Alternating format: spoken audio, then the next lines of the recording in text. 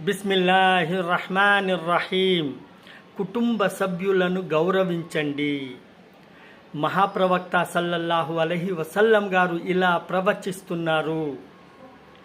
ఎవరైతే తన కుటుంబ సభ్యులతో గౌరవంగా మెలుగుతాడో అలాంటి వాడే మీలో ఉత్తముడు.